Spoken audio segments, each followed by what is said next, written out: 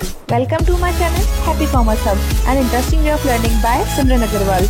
Clear your basics of commerce with me and also get updates about scholarship and news related to your examination. To get latest updates, subscribe my channel and press the bell icon and stay updated with me. Hi guys, welcome again on my YouTube channel. Very good evening या फिर good morning, जो बच्चा जिस time देख रहा है उसी according. कैसे हैं आप सब लोग? आई होप सब लोग बहुत अच्छे हैं। और अब तो कुछ स्कूल्स स्टार्ट हो गए हैं और इसके अलावा बेसिकली बच्चों ने कोचिंग से स्टार्ट कर दी है। ऑनलाइन से भी कुछ समझने आने लगा होगा आप लोगों को। मेरा कहने का मतलब है सिलेबस अब रिदम पकड़ने लगा होगा, ठीक है। गाइडलाइन ऑलरेडी आ चुकी है। हमारे 15 चैप्टर में से 3 चैप्टर्स जा चुके हैं, 12 चैप्टर अपने पास बचे हैं, जिसमें से 5 चैप्टर मैंने ऑलरेडी मेरे प्रीवियस वीडियोस में कंप्लीट करा दिए हैं। 6 चैप्टर का भी पार्ट 1 मैंने कंप्लीट करा दिया है। इस चैप्टर को मैंने बताया था अपन 3 पार्ट में कंप्लीट करेंगे। आज का जो पार्ट रहेगा वो पार्ट नंबर 2 रहेगा, जिसमें हम बात करेंगे विपणन के कार्य के बारे में। मैं आपको सारे कार्य बहुत अच्छे से यहाँ पर डिस्क्राइब कर दूंगी। इसके अलावा जो भी बच्चे नए हैं, सबसे पहले चैनल को सब्सक्राइब कर लें। और बच्चों की शिकायत यह है कि मैम आपका वीडियो आ रहा है और हमें पता नहीं चल रहा। बेटा सब्सक्राइब चैनल जहाँ पर लिखा हुआ है उसके जस्ट पास में क्या है, एक बेल आइकन है। जब तक आप उसे प्रेस नहीं करेंगे तब तक नई वीडियो का नोटिफिकेशन आपके पास बिल्कुल भी नहीं आएगा, ठीक है। तो उस बेल आइकन को प्रेस कर लो ताकि जब भी न्यू वीडियो पोस्ट करूँ आपको उसका बेनिफिट जल्दी से मिल जाए। दोस्तों के साथ शेयर जरूर करना। इसके बाद अब हम स्टार्ट करते हैं विपणन के कार्य। देखिए, विपणन के कार्य आपको यहाँ पर बता रखे हैं। विपणन की प्रबंध के कार्य के रूप में अनेक क्रियाएं हैं जो निम्नानुसार हैं। बाजार विश्लेषण के कार्य, इसके अलावा कुछ 11 कार्य हैं, बट हम उसको कहाँ से पढ़ेंगे? एज यूजुअल इसको हम पढ़ेंगे मैम के नोट्स यानी कि मेरे नोट्स में से। आप इसको चाहो तो यहाँ से कॉपी कर सकते हो, यानी कि मेरी वीडियोस के स्क्रीनशॉट ले सकते हो, इसको वीडियो को पॉज कर सकते हो और इसको अपने कॉपी में नोट डाउन कर सकते हो। इसके अलावा अगर इसके आपको पीडीएफ चाहिए तो मेरा टेलीग्राम चैनल है, टेलीग्राम व्हाट्सएप जैसा एक ऐप है, वहां पर जाएं आप और टेलीग्राम को डाउनलोड करें। उसके बाद जब आप सर्च करेंगे हैप्पी कॉमर्स हब, आपको मेरा चैनल मिल जाएगा। इसके अलावा अगर चैनल नहीं मिलता है तो मैं आपको नीचे डिस्क्रिप्शन में इसका लिंक अवेलेबल करवा दूंगी। और साथ में अगर यूट्यूब में आप मेरे चैनल के अबाउट में जाएंगे तब वहां पर भी आपको टेलीग्राम का हाइपर लिंक मिल जाएगा। विपणन की क्रियाएं यानी कि विपणन के अंतर्गत कौन कौन से कार्य शामिल किए जाते हैं उसकी बात हम यहाँ पर करेंगे। अब वर्तमान युग में विपणन क्षेत्र में क्रय विक्रय और उसकी सहायक क्रियाओं के अतिरिक्त अन्य कई क्रियाओं को भी शामिल करा जाता है। भाई हम सोचते हैं ना कि व्यवसाय क्या होता है, तो हम क्या सोचते हैं कि यार ठीक है, चीजों को बेचना और खरीदना ही क्या होता है, व्यवसाय मानते हैं। जबकि व्यवसाय और विपणन इससे क्या होता है, ऊपर बढ़ के होता है। ये पुरानी बातें थी कि आपने केवल वस्तु विनिमय कर लिया या फिर चीज बेच दी, पैसे आ गए, प्रॉफिट कमा लिया, तो वो क्या हो गया, आपका व्यवसाय हो गया, विपणन हो गया। बट अब इसके अलावा भी हमारे पास बहुत सारी चीजें इस चीज में इंक्लूड होती हैं। कई अन्य क्रियाओं को भी शामिल किया जाता है। आधुनिक विपणन के क्षेत्र में निम्न क्रियाओं को शामिल किया जाएगा। सबसे पहला है आपका बाजार विश्लेषण का कार्य। देखो, बाजार विश्लेषण क्या होता है, नाम से पता चल रहा है बाजार, और विश्लेषण यानी कि किसी चीज को एग्जामिन करना, उस चीज को जांचना। जैसे हम लोग क्या करते हैं, हमारा विश्लेषण करते हैं किसके थ्रू, टेस्ट के थ्रू। हमारे मिड टर्म्स लगते हैं, हमारे और अदर एग्जाम्स लगते हैं, यूनिट टेस्ट लगते हैं, हम क्या कर रहे हैं, हमारा विश्लेषण। वैसे विपणन सबसे पहले क्या काम करता है, बाजार का विश्लेषण करता है। एक विपणनकर्ता के लिए बाजार विश्लेषण बहुत ही महत्वपूर्ण कार्य है, जिसमें वह बाजार संबंधी सूचनाएं क्या करता है, एकत्रित करता है और उनका विश्लेषण करता है। इसके अंतर्गत क्या क्या होता है, देखो बाजार विश्लेषण का मतलब है जिस बाजार में आप अपना प्रोडक्ट उतारने वाले हैं, आप अपना प्रोडक्ट या सर्विस लॉन्च करने वाले हैं, उस एरिया के बारे में जानना कि वहां पर पॉपुलेशन कैसी है, वहां का आय वर्ग कैसा है, जेंडर वहां पे कौन सा ज्यादा है, क्या लोग हमारे प्रोडक्ट के लिए इंटरेस्टेड होंगे। जब तक आप इन चीजों को जानोगे ही नहीं, आप अपना प्रोडक्ट लॉन्च नहीं कर सकते। जैसा मैंने प्रीवियस वाले मेरे वीडियो में बताया था, फॉर एग्जाम्पल जहां पर स्कूल्स वाला एरिया है वहां पर आप कार का शोरूम खोल रहे हैं तो ये तो यूजलेस है। वहीं पर आपने कोई स्टेशनरी का बड़ा आउटलेट डाला तो वो वहां पर क्या हो जाएगा, यूजफुल हो जाएगा। अभी कोविड का सीन चल रहा है तो मार्केट में बहुत ज्यादा मास्क हैं, बहुत ज्यादा सैनिटाइजर्स आपको अवेलेबल हो रहे हैं। कि आज के 6 महीने पहले ये थे नहीं थे, क्योंकि मार्केट ही ऐसा नहीं था। बाजार विश्लेषण करने पर आप पाएंगे कि लोग सैनिटाइजर केवल हॉस्पिटल्स में यूज कर रहे थे, वो भी केवल जहां पर क्रिटिकल केयर हो रही थी, आईसीयू वगैरह ऑपरेशन थिएटर्स में ही सैनिटाइजर्स यूज हो रहे थे। बट अब डे टू डे में हमें भी दिन में 10 बार सैनिटाइजर यूज करना पड़ रहा है, क्योंकि बाजार का क्या है, ये परिवर्तन है, बाजार का माहौल है। जो लोग बाजार विश्लेषण करके अपने प्रोडक्ट्स उतार रहे हैं वो क्या हो रहा है, चल रहा है। बाजार विश्लेषण के महत्व की बात करें तो ग्राहकों की आवश्यकता, इच्छा, रुचि ज्ञात करना, क्योंकि इसके बिना कोई भी प्रोडक्ट सक्सेस नहीं हो सकता। बाजार में वस्तु की मांग और पूर्ति के अनुमान हेतु बिल्कुल, क्योंकि जब तक आपको पता ही नहीं कि आपके प्रोडक्ट की कितनी मांग होगी मार्केट में और क्या आप उसके अकॉर्डिंग पूर्ति कर पाएंगे, तब तक आप अपनी प्लानिंग नहीं कर सकते।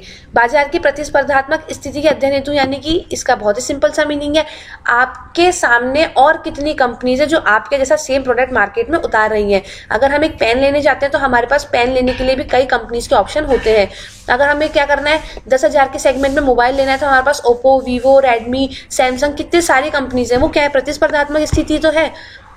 बाजार वातावरण के अध्ययन हेतु, बाजार में वातावरण कैसा है, क्या मार्केट में मंदी है, तेजी है, अभी किस चीज की बहुत ज्यादा नीड है। ग्राहकों की क्रय शक्ति, आय, क्रय उद्देश्य की जानकारी हेतु ग्राहक कितना उनका क्या है, इनकम क्राइटेरिया है। अगर आप क्या कर रहे हैं, जैसे एग्जांपल फॉर जयपुर के किसी पॉश एरिया में आप क्या करना चाहते हैं, अपना आउटलेट खोलना चाहते हैं, तो क्या वहां पर आप लोकल शॉप खोलेंगे? नहीं, वहां पर आप क्या करेंगे, वहां पर आप शोरूम खोलेंगे, क्योंकि वहां पर क्या है, लोगों की क्रय शक्ति ज्यादा है, वहां पर लोगों की इनकम ज्यादा है, तो वो लोग क्या करेंगे, थोड़ी ब्रांडेड चीजों को प्रेफर करना पसंद करेंगे। क्रय उद्देश्य की जानकारी हेतु और बाजार की विद्यमान स्थिति के पूर्ण अध्ययन हेतु हमें क्या करना होता है, बाजार विश्लेषण करना होता है। सेकंड पॉइंट की बात करें तो प्रमापीकरण और श्रेणियन। देखो, इसके अंतर्गत क्वेश्चन बन सकता है 2 मार्क्स का कि प्रमापीकरण किसे कहते हैं, अलग क्वेश्चन, श्रेणियन किसे कहते हैं, अलग क्वेश्चन। अगर बड़ा क्वेश्चन आता है तो प्रमापीकरण और श्रेणियन को बताइए। प्रमापीकरण क्या होता है, प्रमाप का मतलब होता है स्टैंडर्ड, एक मानक, ठीक है। जैसा हम देखते हैं ना बहुत बार कि ISI मार्क हो गया, और फूड के लिए क्या होता है, ISO मार्क होता है। ये सब मार्क क्या होते हैं, स्टैंडर्ड होते हैं कि इन्हीं के आपको मानक के अनुरूप ही चीजों को क्या करना है, बनाना है। जैसे घर वाले बहुत बार नहीं कह देते कि देख लो तुम्हारे कजन के तो 90% मार्क्स आए, अगर तुम्हारे 12th में 90% मार्क्स नहीं आए तो फिर हमसे बुरा कोई नहीं होगा। तो उन्होंने क्या करा, आपके लिए एक प्रमाप सेट कर दिया, एक स्टैंडर्ड सेट कर दिया कि यार आपको एटलीस्ट 90 तो लानी है। तो वैसे ही मार्केट में भी प्रमाप होते हैं। गवर्नमेंट क्या करती है, प्रमाप जारी करती है अपने स्टैंडर्ड के लिए, और उसके बाद ऑर्गेनाइजेशन भी क्या करता है, अपने प्रमाप जारी करता है। तभी तो प्रोडक्ट्स में वेरिएशन होता है। मान लो आपको कोई साबुन पसंद है, मैं फर्दर किसी कंपनी का नाम नहीं लूंगी, मान लो आपको किसी एक्स कंपनी का क्या है, साबुन पसंद है, वाई कंपनी अपना साबुन लॉन्च कर रही है, ठीक है, तो कहीं ना कहीं तो डिफरेंशिएशन होगा ही। या तो वो एक्स से क्या होगा, बेटर होगा, या वो एक्स से नीचे होगा थोड़ा, क्योंकि कहीं ना कहीं अगर वेरिएशन नहीं होगा तो प्रोडक्ट डिफरेंशिएशन नहीं होगा, और अगर ऐसा नहीं होगा तो फिर प्रोडक्ट में कोई अंतर नहीं आएगा, तो लोग कुछ भी खरीदें, फिर क्या फर्क पड़ता है। ओके, तो प्रमापीकरण का अर्थ है पूर्व निर्धारित विशिष्टताओं के अनुरूप वस्तुओं का उत्पादन करना, यानी कि जो पहले से स्टैंडर्ड सेट है उसी के अनुरूप आपको क्या करना है, उत्पादन करना है, जिससे उत्पाद में एक रूपता और अनुकूलता आती है। देखो, ये हर चीज में क्या होती है, शेप में भी आपका एक स्टैंडर्ड होना चाहिए, आपके उसके यूज में भी स्टैंडर्ड होना चाहिए, हर चीज का एक स्टैंडर्ड होना चाहिए। अब जैसे मास्क है, अगर हम यहाँ पर मास्क यूज कर रहे हैं अभी कोविड-19 में, तो मास्क की भी एक शेप है, एक स्टैंडर्ड है। ऐसा तो नहीं है ना कि यार किसी भी शेप का आपने मास्क यूज कर दिया, कहीं ना कहीं तो उसका एक स्टैंडर्डाइजेशन है ही, बस उसमें क्या कर लेते हैं वो लोग, थोड़ा बहुत मॉडिफिकेशन कर लेते हैं। कुछ लोग N95 यूज कर रहे हैं, कुछ लोग नॉर्मल कपड़े का यूज कर रहे हैं, कुछ लोग किसी और तरीके का कर रहे हैं, ठीक है, मॉडिफिकेशन है बट स्टैंडर्ड वही है। प्रमापीकरण क्रेताओं को यह सुनिश्चित करता है कि वस्तुएं पूर्व निर्धारित गुणवत्ता, मूल्य और पैकेजिंग के अनुसार है। जब आपको चीजों पे स्टैंडर्ड दिख जाता है ना, लाइक ISO, ISI मार्क, तो आपके मन में सेटिस्फिकेशन हो जाता है कि नहीं यार ये चीज स्टैंडर्ड की है, तो यानी कि हमारे लिए सेफ है। उदाहरण के लिए ISI चिन्हित हेलमेट, साबुन, पेस्ट और आदि। लोकल चीजें आप लोग क्यों नहीं खरीदते? कभी भी नोटिस किया है कि अगर हमें कोई सॉस की बोतल 45 रुपए की मिल रही है तो हम वो खरीदना पसंद करते हैं? बिल्कुल नहीं करेंगे। हम क्या करेंगे, हम किसान केचप या फिर मैगी केचप में जाएंगे। क्यों? क्योंकि हमें वहां पे स्टैंडर्ड मिल रहा है, हमें पता है कि क्या है, क्वालिटी हमारे अकॉर्डिंग हमें मिलने वाली है। श्रेणियन के अंतर्गत उत्पादित वस्तुओं को उनकी किस्म तथा उनके गुणों के अनुसार विभिन्न वर्गों में बांट देते हैं। प्रमापीकरण में तो हम एक पूर्व निर्धारित मानक बना देते हैं जिसके आधार पर हमें चीजें बनानी होती है, बट श्रेणियन के अंतर्गत हमें क्या करना होता है, श्रेणियन के अंतर्गत हमें करना होता है, एक ही वस्तु के अंतर्गत हमें क्या करना है, उसकी कैटेगरी बांटनी है। मान लीजिए आपके पास क्या है, एक साबुन है, एक साबुन की कंपनी वो क्या कर रही है, साबुन बना रही है, तो वो क्या करेगी, अपने साबुन के अंतर्गत ही बहुत सारी कैटेगरी बांट देगी। लाइक बच्चों का अलग, फीमेल्स के लिए अगर वो अलग साबुन बना रही है, या फिर जैसे बोर्नविटा का एग्जांपल ली जाए तो बोर्नविटा क्या कर रहा है, फीमेल्स के लिए अलग बोर्नविटा बना रहा है। जो बहुत छोटे बच्चे हैं 2 to 5 ईयर्स, उनके लिए अलग बोर्नविटा आ रहा है। तो वो क्या कर रहा है, अपने प्रोडक्ट में श्रेणियन कर रहा है। दोनों कार्यों को करने से वस्तुओं को पहचानने तथा उसका मूल्य निर्धारण करने में भी सुविधा होती है। एक ही कंपनी द्वारा उत्पादित विभिन्न उत्पाद या एक ही कंपनी द्वारा विभिन्न बिस्कुटों का निर्माण करना श्रेणियन कहलाता है, जैसे कि 5 रुपए, 10 रुपए। पैकेजिंग और लेबलिंग के बिना तो वस्तुओं का मजा ही नहीं होता। हम लोग बहुत सारी चीजें क्या करते हैं, केवल पैकेज देख के ले लेते हैं यार, क्योंकि वो क्या होती है, उसकी पैकिंग हमें अट्रैक्टिव लग रही होती है। वस्तुओं के विक्रय हेतु और उनके नामकरण के लिए क्या होती है, आवश्यक पैकेजिंग। पैकेजिंग का अर्थ है उत्पाद के पैकेज का रूपांकन करना। पैकेजिंग के द्वारा वस्तु के रूप, रंग, किस्म की सुरक्षा प्रदान की जाती है। इसके द्वारा वस्तु को आकर्षक स्वरूप में प्रस्तुत किया जाता है ताकि लोग क्या करें, उसको देखें और उसको खरीदने के लिए प्रेरित हों, क्योंकि कभी कभी क्रेता पैकेजिंग से ही गुणवत्ता का आकलन कर लेते हैं। उदाहरण, लेस, शैम्पू के पैक, डिब्बे। अब अगर मान लो लेस के जो पैकेट अगर वो इतना फूला हुआ नहीं आएगा, हालांकि उसमें हमें पता है कि बहुत ज़्यादा लेस नहीं निकलने वाली, बट फिर भी हमको क्या करता है, थोड़ा सा अट्रैक्ट करता है। और सेकंड थिंग क्या होती है, वो सेफ जोन के लिए भी होता है, उसमें कोई गैस भरी होती है ताकि चिप्स जल्दी से खराब ना हो। तो पैकेजिंग भी किसी भी प्रोडक्ट के लिए बहुत ज़्यादा इंपॉर्टेंट होती है। लेबलिंग की बात करें तो यह पैकेजिंग से ही संबंधित है। लेबल भी उत्पाद का भाग होता है जिस पर उत्पाद और उत्पाद के विक्रेता के संबंध में आवश्यक सूचनाएं होती हैं। अब मान लो आपको केवल क्या कर रहा है, कोलगेट का एक बॉक्स मिल रहा है, बट उसके ऊपर कहीं लिखा हुआ ही नहीं है कि वो कोलगेट है, तो क्या आप उसे लेना पसंद करोगे? क्योंकि वो तो कुछ भी हो सकता है ना, आपको पता है कि वो कौन बना रहा है। इसलिए लेबलिंग करना भी जरूरी होता है ताकि उत्पाद और उत्पाद के विक्रेता के बारे में आपको सारी जानकारी मिले। ये भी 1 और 2 मार्क्स के क्वेश्चन में आपसे पूछा जा सकता है। ब्रांडिंग की बात करें तो ब्रांड उत्पाद का नाम या पहचान होता है। हमें पता है कि यार अपन दिन भर ब्रांड्स की बातें करते हैं। अगर कारों में चाहे तो ऑडी, जैगुआर, सुजुकी वगैरह, फोनों में मतलब मोबाइल फोन्स में बात करें तो आईफोन, सैमसंग, सोनी, एमआई, ठीक है, हम इन्हीं सब में क्या रहते हैं, दिन भर अटके रहते हैं। ब्रांड उत्पाद का नाम, चिन्ह, प्रतीक, संकेताक्षर ये हो सकता है जिससे उत्पाद को अलग से आप क्या करते हैं, पहचान सकते हैं। बहुत सारी चीज़ों के लोगो, जिसे कहते हैं ना लोगो, ब्रांड, वो तो हमें माइंड में सेट होता है, हम देखते बोलते हैं अरे यार तो इसका ब्रांड है, ठीक है। जैसे आपके स्कूल का भी क्या होता है, कोट पे क्या लगा होता है, बैचेस लगे होते हैं, हर स्कूल की ड्रेस अलग होती है, तो देखते पहचान में आ जाता है ना हमें कि यार तो उस स्कूल के स्टूडेंट्स हैं या फिर ये हमारे स्कूल का यूनिफॉर्म है। सेम लाइक किसी भी प्रोडक्ट के बारे में अगर आप बात कर रहे हैं तो वो भी उसका लोगो है, वो उसका ब्रांड है। अन्य उत्पादों से पृथक किया जा सकता है। किसी उत्पाद की सफलता में सही ब्रांड नाम का चयन महत्वपूर्ण भूमिका निभाता है। विपणन के लिए एक महत्वपूर्ण निर्णय यह लिया जाता है कि क्या उत्पाद को इसका वर्ग विशेष के नाम से, जैसे उत्पाद किस वर्ग का है, पंखा, पेन आदि से बेचा जाए या इसकी बिक्री ब्रांड नेम के आधार से किया जाए। ठीक है, बहुत बार ऐसा होता है कि प्रोडक्ट बेचा जाता है या तो लाइक पेन, पंखा, और एक क्या होता है कि एड जेल का पेन हो गया या फिर वंडर का पेन हो गया, ये सब ब्रांड्स उसके आगे लग जाते हैं। नंबर 5 की अगर हम बात करें तो ग्राहक समर्थन सेवाएं। उससे पहले मैं आपको बता दूं, मैंने यहाँ पर 7 पॉइंट्स जो मेरे अकॉर्डिंग मेन लगे उन्हीं का डिस्क्रिप्शन दिया है। ठीक है, ये जो पॉइंट्स है ये 2 मार्क्स में भी आ सकते हैं आपके सामने, 4 मार्क्स में भी आ सकते हैं। इसके अलावा जो रिमेनिंग पॉइंट्स है उनको मैंने शॉर्ट में लिखा है, हालांकि मैं आपको समझा दूंगी, बट वो बहुत ज्यादा इंपॉर्टेंट नहीं है। जो मैंने 7 पॉइंट समझाए हैं वो ज्यादा इंपॉर्टेंट है, तो इन पे आप फोकस कर लीजिएगा। ग्राहक समर्थन सेवाएं क्या होती हैं? हम लोग बोलते हैं ना कस्टमर केयर एग्जीक्यूटिव सर्विसेज। बहुत बार फोन में बैलेंस कट जाता है, सर्विसेज लग जाती हैं, तो हम लोग क्या करते हैं, कस्टमर केयर को फोन मिलाते हैं। ठीक है, तो ये कुछ आप उस चीज को भी समझ सकते हैं कि ग्राहक समर्थन सेवाएं ग्राहकों द्वारा बार बार क्रय करने, उत्पाद की ब्रांड के प्रति स्वामी भक्ति विकसित करने में अति प्रभावी सिद्ध होती हैं। ग्राहक समर्थन सेवाओं में निम्न को शामिल करते हैं: बिक्री के बाद की सेवा, ग्राहक की शिकायत निवारण, समायोजनों को देखना, साख सेवाएं, रखरखाव सेवाएं, तकनीकी सेवाएं, उपभोक्ता सूचनाएं देना। यानी कि ऐसा नहीं है आपने अपना सामान बेच दिया और ग्राहक से क्या करा, रिश्ता तोड़ लिया। बहुत अगर बेसिक बात देखी जाए तो अगर इस प्रकार का माहौल होता है तो लोग क्या करते हैं, उस शॉपकीपर से या फिर जो भी विक्रेता रहा हो उससे अपने संपर्क खत्म कर लेते हैं और माल लेना क्या कर देते हैं, बिल्कुल कम कर देते हैं।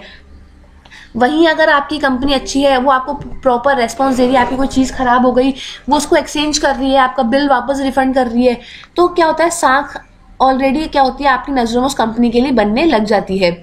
तो वही होती है ग्राहक समर्थन सेवाएं जो विपणन में शामिल की जाती हैं। इसके अंतर्गत बिक्री के बाद की सेवाएं, जैसा कि मान लो अगर आपने एसी खरीदा तो आपके घर पे वो लोग एसी फिट करने आते हैं। ग्राहकों की शिकायत निवारण, प्रॉपर तरीके से आपकी शिकायतों का निवारण करना, समायोजनों को देखना, साख सेवाएं, रखरखाव सेवाएं, ये सब ग्राहक समर्थन सेवाओं में आता है। इसके बाद बात करें परिवहन। परिवहन का बहुत सिंपल सा मीनिंग होता है माल को एक स्थान से दूसरे स्थान पर भेजना या पहुंचाना। विभिन्न उत्पादकों से माल एकत्र करने तथा ग्राहकों को यथा समय माल उपलब्ध कराने के लिए परिवहन की आवश्यकता होती है। अगर परिवहन व्यवस्था नहीं होगी तो समय पर माल नहीं पहुंच पाएगा। लाइक जैसे कि अगर आपको स्कूल जाना है बट आपको पता है कि या तो आपको पैदल जाना है या साइकिल से, या फादर छोड़ेंगे या फिर स्कूल की बस आएगी, तो आपको पता है ना तरीका कि यार हमें इस परिवहन के साधन के थ्रू जाना है। वैसे ही विपणन है कि जब तक अगर आपको पता नहीं है हमें क्या किस प्रकार से सामान पहुंचाना है, तब तक ये भी क्या होता है, एक बहुत नेगेटिव पॉइंट होता है। तो परिवहन भी एक आपका विपणन के कार्यों में शामिल होता है। यहाँ भी आपको सेट करना होता है कि हमें कौन सा माध्यम मोस्ट सूटेबल रहेगा। यह वस्तु को स्थान उपयोगिता प्रदान करता है। विपणन विभाग जल, थल, नभ मार्गों से परिवहन की व्यवस्था करता है। डिपेंड करता है कि सामान कैसा है, और कौन सा मार्ग यूज किया जाए, जल मार्ग, थल मार्ग या फिर नभ मार्ग। अब ऐसा तो नहीं है ना कि जयपुर से अगर कोई चीज जोधपुर जा रही है तो हम जहाज में भेज देंगे उसको, बिल्कुल नहीं है। बट हाँ, इंडिया से कोई चीज किसी other country like European country में जा रही है तो ऑफकोर्स ही बात है वो किसके थ्रू जाएगा, या तो वो हवाई मार्ग के थ्रू जाएगा या फिर वो जल मार्ग के थ्रू जाएगा। संग्रहण पॉइंट 7, संग्रहण भी बहुत जरूरी होता है। हर चीज को सेम टाइम अवेलेबल नहीं करवाया जा सकता। आलू की एक टाइम पर खेती होती है बट उसको साल भर खाते हैं, वैसे ही गेहूं, ज्वार, मक्का, इन सब की एक टाइम पर पर्टिकुलर खेती होती है लेकिन हम खाते तो साल भर है ना। तो वो किसके थ्रू पॉसिबल है, संग्रहण के थ्रू तो पॉसिबल है। सामान्यतः वस्तुओं के उत्पादन, बिक्री, उपयोग के बीच में क्या होता है, समय अंतराल होता है। हम लोग हमारे घर में भी क्या करते हैं, महीने का राशन स्टोर करके रख लेते हैं। और बेसिकली लॉकडाउन में तो कितना बड़ा एग्जांपल था, लोगों ने कितना कितना स्टोर करके रख लिया था। संग्रहण, क्योंकि हमारे यूज करने और खरीदने के बीच में गैप होता है। विनिमय कार्य को पूरा करने के लिए विपणन विभाग को माल का संग्रहण भी करना पड़ता है। विपणन विभाग माल को उस समय संग्रहित कर लेता है जबकि माल की पूर्ति उसकी मांग की तुलना में अधिक होती है। कुछ वस्तुएं मौसम विशेष में पैदा होती है जैसे आलू, सेब, गेहूं आदि, तो इनका संग्रहण भी आवश्यक होता है। इसके बाद आपके पॉइंट्स हैं विपणन नियोजन, विपणन संचार कार्य, उत्पादन का रूपांकन, विकास, बाजार वर्गीकरण, वित्त व्यवस्था। वित्त व्यवस्था को मैं आपको यही बता दूं, वित्त व्यवस्था के बिना कोई भी कार्य नहीं हो सकता। सबसे पहले अगर आपके पास वित्त नहीं है तो किसी भी कार्य का प्रारंभ नहीं कर सकते। तो वित्त व्यवस्था के अंतर्गत पैसा कहाँ से आएगा, किस प्रकार खर्च होगा, क्या हमारा बजट रहेगा, इन सबको हम शामिल करते हैं। विक्रय, ये तो हमें पता ही है, वस्तुओं को बेचना। विपणन कार्य में अगर विक्रय शामिल नहीं है तो सभी प्रकार की क्रियाएं निरर्थक हो जाती हैं। जोखिम उठाना पड़ता है, जोखिम के बिना लाभ की कोई भी पॉसिबिलिटी नहीं होती, तो विपणन कार्य के अंतर्गत जोखिम उठाया जाता है। इसके बाद बात करें आपका विपणन नियोजन, तो इसको हम आपके बुक में से देख लेते हैं। इसको थोड़ा सा फाइंड करना पड़ेगा क्योंकि मैंने मेरे अकॉर्डिंग अरेंज किया था। संगठन के विपणन उद्देश्यों को प्राप्त करने के लिए विपणन प्रबंधक का एक और महत्वपूर्ण कार्य है, वो क्या है, उचित विपणन योजना का विकास करना। इसके लिए विपणन के लिए निर्धारित लक्ष्य के अनुरूप एक पूरी विपणन योजना तैयार की जाती है। नियोजन हमें पता ही है क्या करना है, कैसे करना है, कब करना है का पहले ही क्या करना है, निर्धारण कर लेना नियोजन कहलाता है। इसी कार्य को जब हम विपणन में लगा देते हैं तो वो विपणन नियोजन हो गया कि हमें क्या चीज बेचनी है, कब बेचनी है, कैसे बेचनी है, क्या हमारा उत्पादन स्तर होगा, क्या हमारे ग्राहक होंगे, बस वो सब किस में आ जाता है, आपका विपणन नियोजन में आ जाता है। इसके बाद है विपणन संचार कार्य। संचार का मतलब हमें पता ही है, अपने जो भी हमारी सूचनाएं हैं किसी और पक्ष तक पहुंचाना संचार कहलाता है। संचार कार्य विपणन का महत्वपूर्ण कार्य है। प्रत्येक विपणन प्रबंधक को अपनी संस्था में कुशल विपणन संचार व्यवस्था करनी होती है। विपणन संचार के लिए विज्ञापन, विक्रय संवर्धन, विपणन अनुसंधान, विक्रय कला आदि क्या है, महत्वपूर्ण साधन। विक्रय कला, प्रचार, विज्ञान आदि से संस्था अपने विद्यमान और भावी ग्राहकों को आवश्यक संदेश पहुंचाती है, जबकि विपणन अनुसंधान द्वारा ग्राहक वस्तुओं के बारे में अपने सुझाव और शिकायतें संस्था तक पहुंचा सकते हैं। उत्पाद का रूपांकन और विकास विपणन प्रबंधक का महत्वपूर्ण कार्य है। उत्पाद का रूपांकन करना और विकास करना। उत्पाद का रूपांकन लक्षित उपभोक्ताओं के लिए उत्पाद को और अधिक आकर्षित बनाने में सहायक होता है। बहुत बार हम चीजें क्या करते हैं, उत्पाद के रूप को देख कर लेते हैं। अगर 10,000 के सेगमेंट में आपके पास 4 फोन है, चारों की क्या है, अंदर की जो भी स्पेसिफिकेशंस है वो सेम है, तो फिर आप किसको प्रेफर करते हैं, उसका मॉडल कौन सा अट्रैक्टिव लग रहा है। अगर आपको 15 लाख के सेगमेंट में कोई कार खरीदनी है तो आप कौन सी कार प्रेफर करेंगे, क्या जो दिखने में स्टाइलिश होगी। तो उत्पादन का रूपांकन और विकास भी बहुत ज्यादा जरूरी होता है। बाजार वर्गीकरण की अगर बात करें तो बाजार वर्गीकरण को बहुत सारे आधार पे बांट दिया जाता है ताकि हम बाजार विश्लेषण कर सकें। उम्र के आधार पर, आय के आधार पर, जेंडर के आधार पर, ठीक है।